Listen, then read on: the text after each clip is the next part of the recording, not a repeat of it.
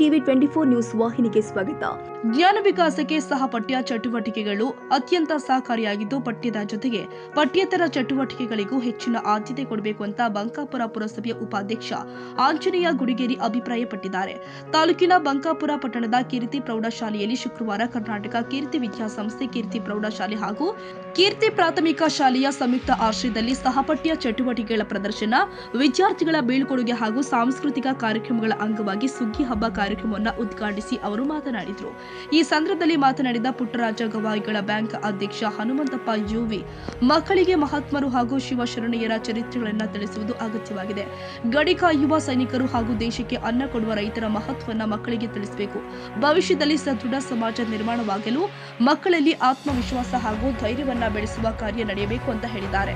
ಕಾರ್ಯಕ್ರಮದ ಅಧ್ಯಕ್ಷತೆಯನ್ನ ಕೀರ್ತಿ ವಿದ್ಯಾಸಂಸ್ಥೆಯ ಅಧ್ಯಕ್ಷ ಜಗದೀಶ ಕುಳಂದವಾಡ ವಹಿಸಿದ್ರು.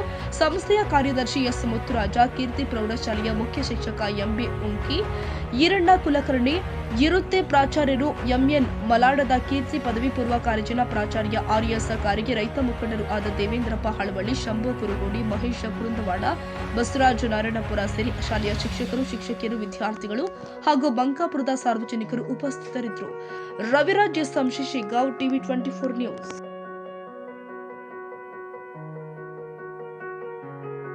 ಕನ್ನಡಿಗರ ಮೆಚ್ಚಿನ ನಿಮ್ಮ ಟಿವಿ 24 ಕನ್ನಡ ನ್ಯೂಸ್ ವಾಹಿನಿ ಇದೀಗ ಟಿವಿಯಲ್ಲಿ ಲಭ್ಯ. ಕರ್ನಾಟಕ ಮತ್ತು ದೇಶ ವಿದೇಶದ 360 ಡಿಗ್ರಿ ಸುದ್ದಿ ಹಾಗೂ ಉತ್ತರ ಕರ್ನಾಟಕ, ಬೆಳಗಾವಿ, ಬಾಗಲಕೋಟೆ, ಧಾರವಾಡ, ಹಾವೇರಿ, ಗದಗ, ಬಿಜಾಪುರ ಜಿಲ್ಲೆಯ ಕ್ಷಣ ಕ್ಷಣದ ವಿವರವನ್ನ ಪಡೆಯುವುದಕ್ಕೆ ಟಿವಿ 24 ಕನ್ನಡ ನ್ಯೂಸ್ ವಾಹಿನಿಯನ್ನ ಲೈಕ್ ಮಾಡಿ, ವಿಡಿಯೋಗಳನ್ನ ಶೇರ್ ಮಾಡಿ, ಕಮೆಂಟ್ ಮಾಡುವ ಮೂಲಕ ನಮ್ಮ ವಾಹಿನಿಗೆ ಸಹಕಾರ ನೀಡಿ ಮತ್ತು ಚಾನೆಲ್ ಅನ್ನ ಸಬ್ಸ್ಕ್ರೈಬ್ ಮಾಡಿ. Thank you.